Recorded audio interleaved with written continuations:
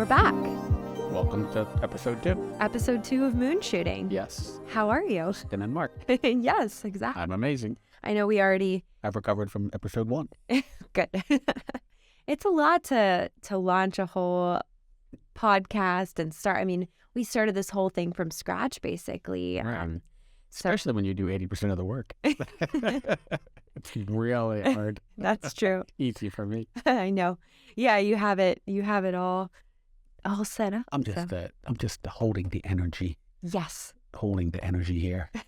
A couple weeks ago, it was maybe like 3 or 4 weeks ago, we tried recording in one place. It didn't work out. And then it allowed me to have this like influx of ideas and the whole another new set of clarity on the podcast and what it should be about. Well, it's actually funny because it's going to be this episode where when something's not working right and you know it's not right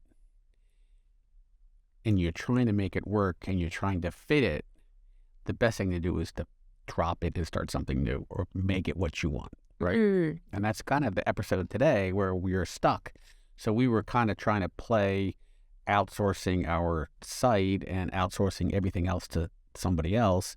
And you didn't like that. I didn't like it either because you couldn't control things the way you wanted them. Yeah. So we were stuck. Exactly. And then we got unstuck by just going, it's not working. And you went and said, oh my God, not only is that not working, I've got a way to make everything work. A failure, which really wasn't a failure, turned into something that propelled us to do much more.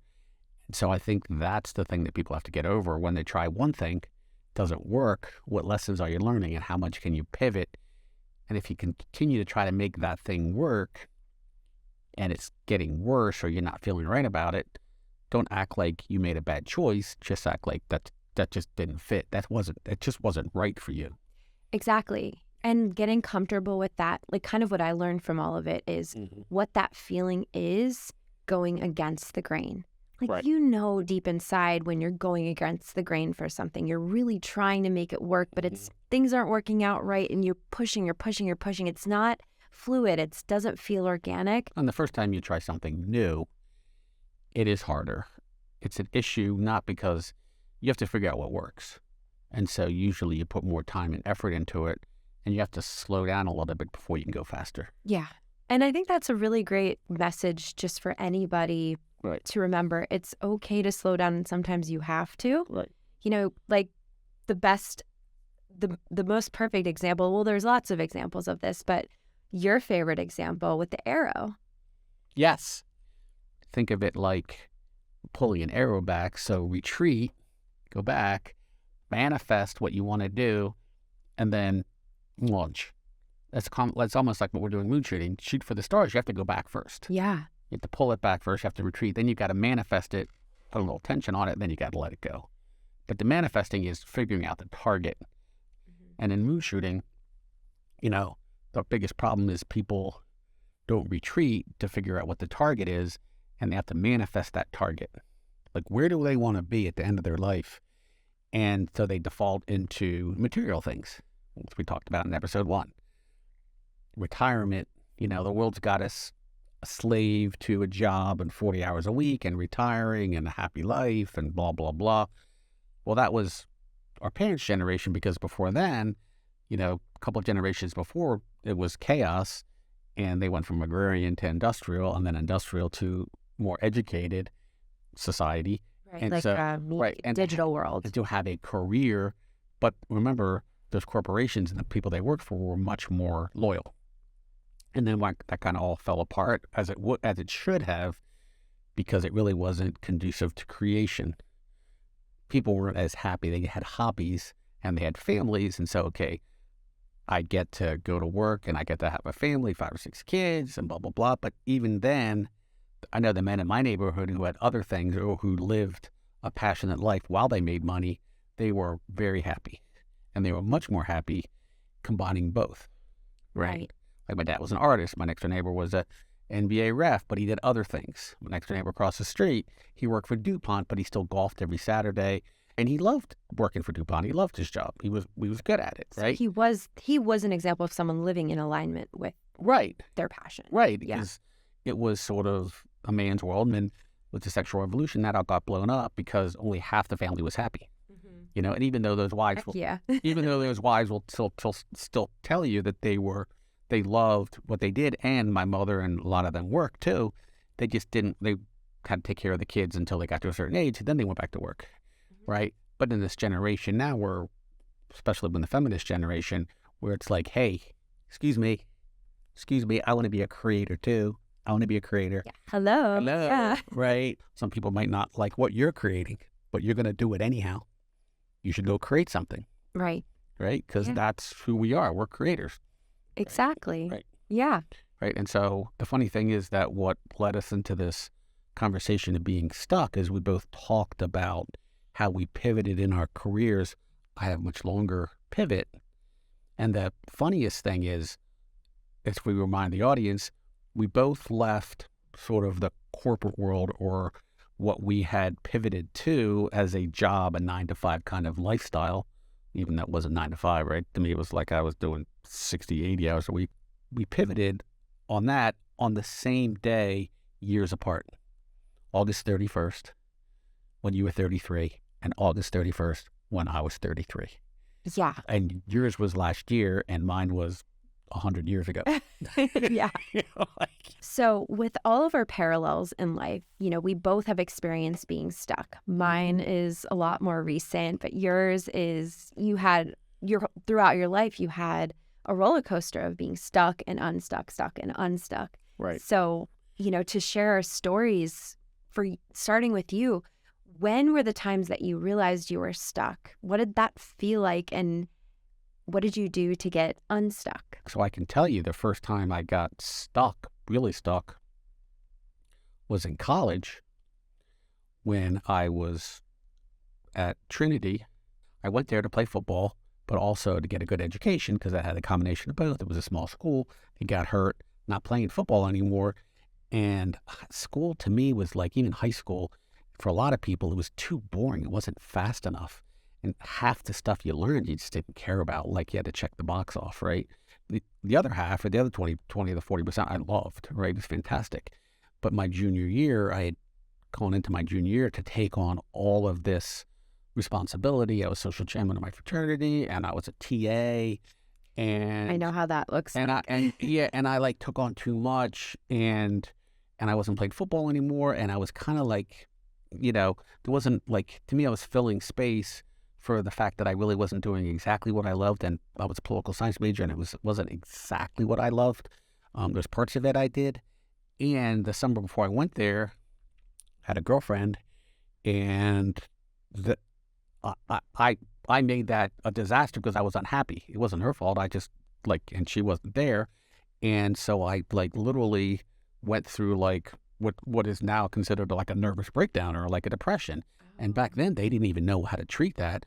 And so I was had to drop some classes. I couldn't be the TA anymore. My social chairman, I wasn't that great at it, but people helped out. And I didn't know if I was going to quit. I lay down on the ground one day and I'm like, I'm never going to get up, and I'll have to move home. This is awful. It's terrible. And it's just I was stuck.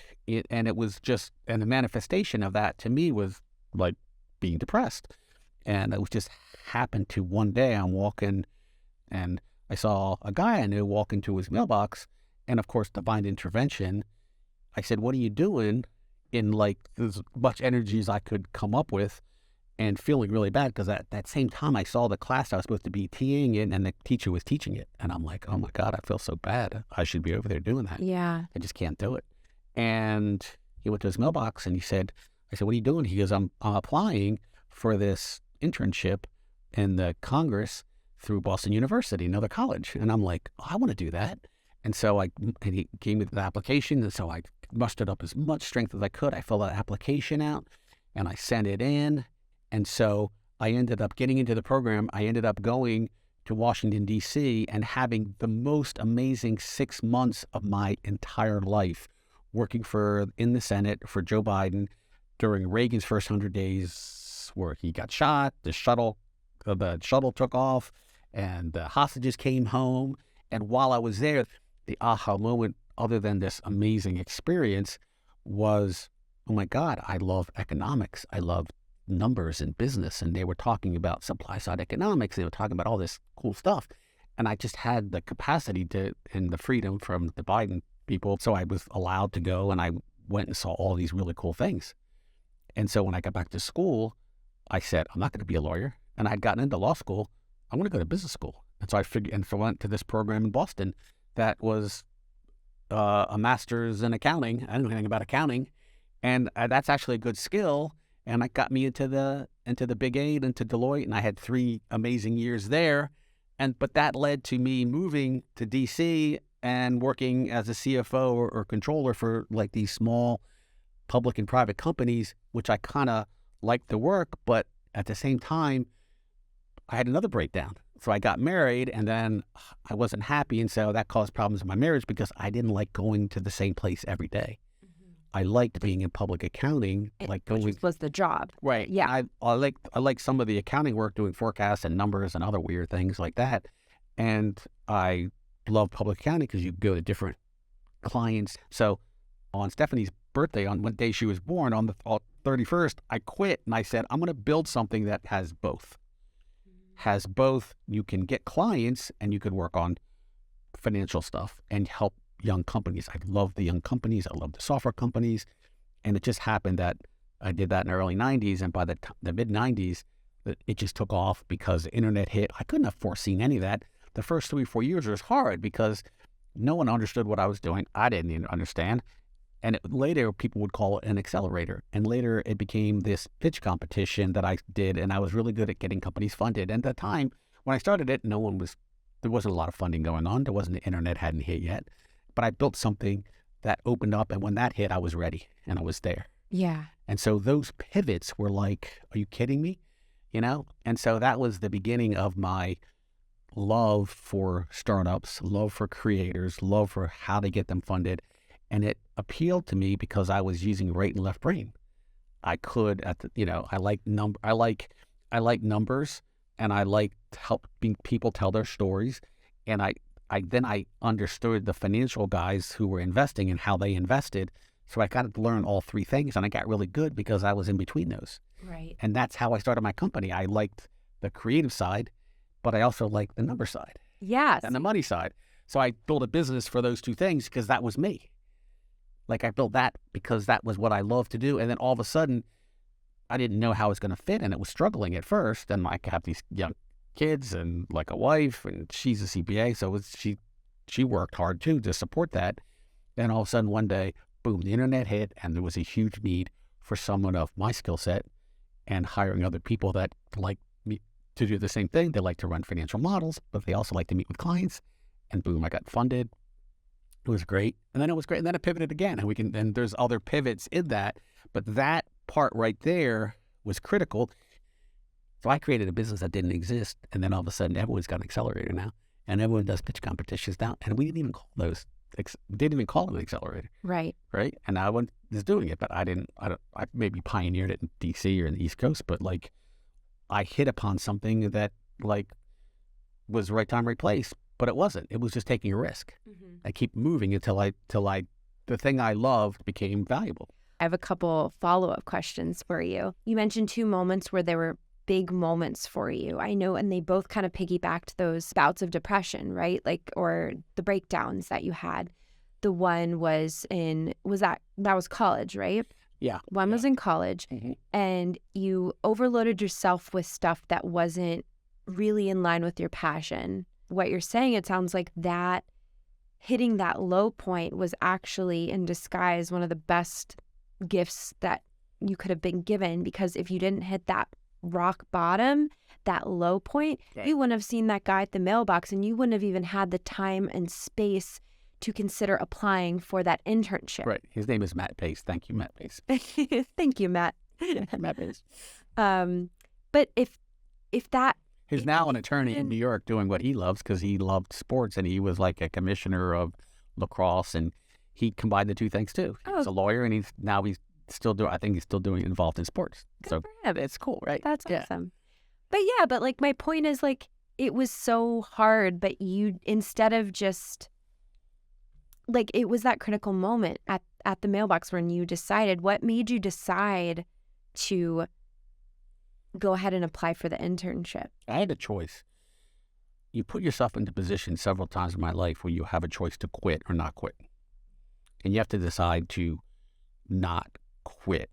It isn't you're deciding to go forward or you're deciding to do something great. You're deciding to not quit. You're deciding to take a step and you don't know what that step is. It's a blind step. Once you find out what you love, you'll do whatever it takes. Right. Like I got on a Greyhound bus and I went to Boston and I interviewed with this guy, even though at Northeastern, he basically said, I'll let you in. And I go, I thought I had to have my GMATs. He goes, no, I really like you.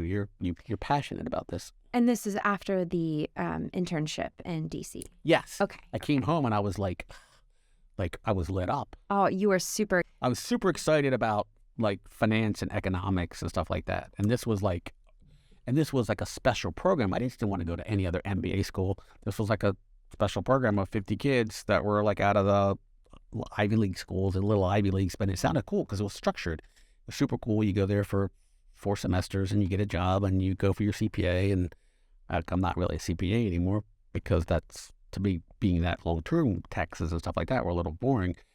But going and looking at like being in Boston and living in Boston and going to like a different company every couple of weeks and seeing how it worked and observing how all these different companies were operating on, man, those 3 years, you just can't it was worth 20 years, right? Yeah. So cool. It was like, so I don't mind, like people get at, like we're talking about people, like if you're stuck, great, go do something you love, right?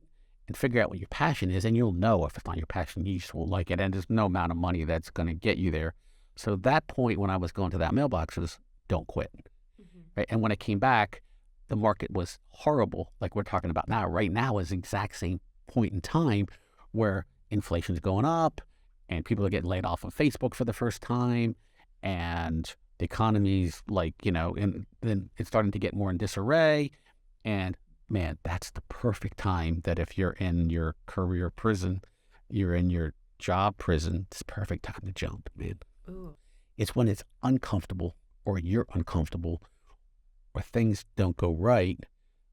That's just like, that's the best time because most of the companies that are like the big winners in the last internet, they came in 2008 to 2012, a lot of them, when the banking crisis hit 2008, 7, and everything was bad. Like right now, the VCs aren't funding. Silicon Valley Bank is crashed. Well, that's good, not good in the sense that the bank crashed, but the model of the VCs is going to change and it's going to open things up. Yeah. And that's what my vision is that we can open things up. Like it's like in Jurassic Park when the guy says, you can't control nature. And so now it seems like even with the AI stuff and ChatGPT, which I have a different opinion than everyone else has, it's not as scary to me. It's actually like the combustion engine. It's going to create all kinds of opportunity for us to be free, to work less, make enough money, and then to be creative worldwide. Awesome. Yeah, that's like super cool stuff.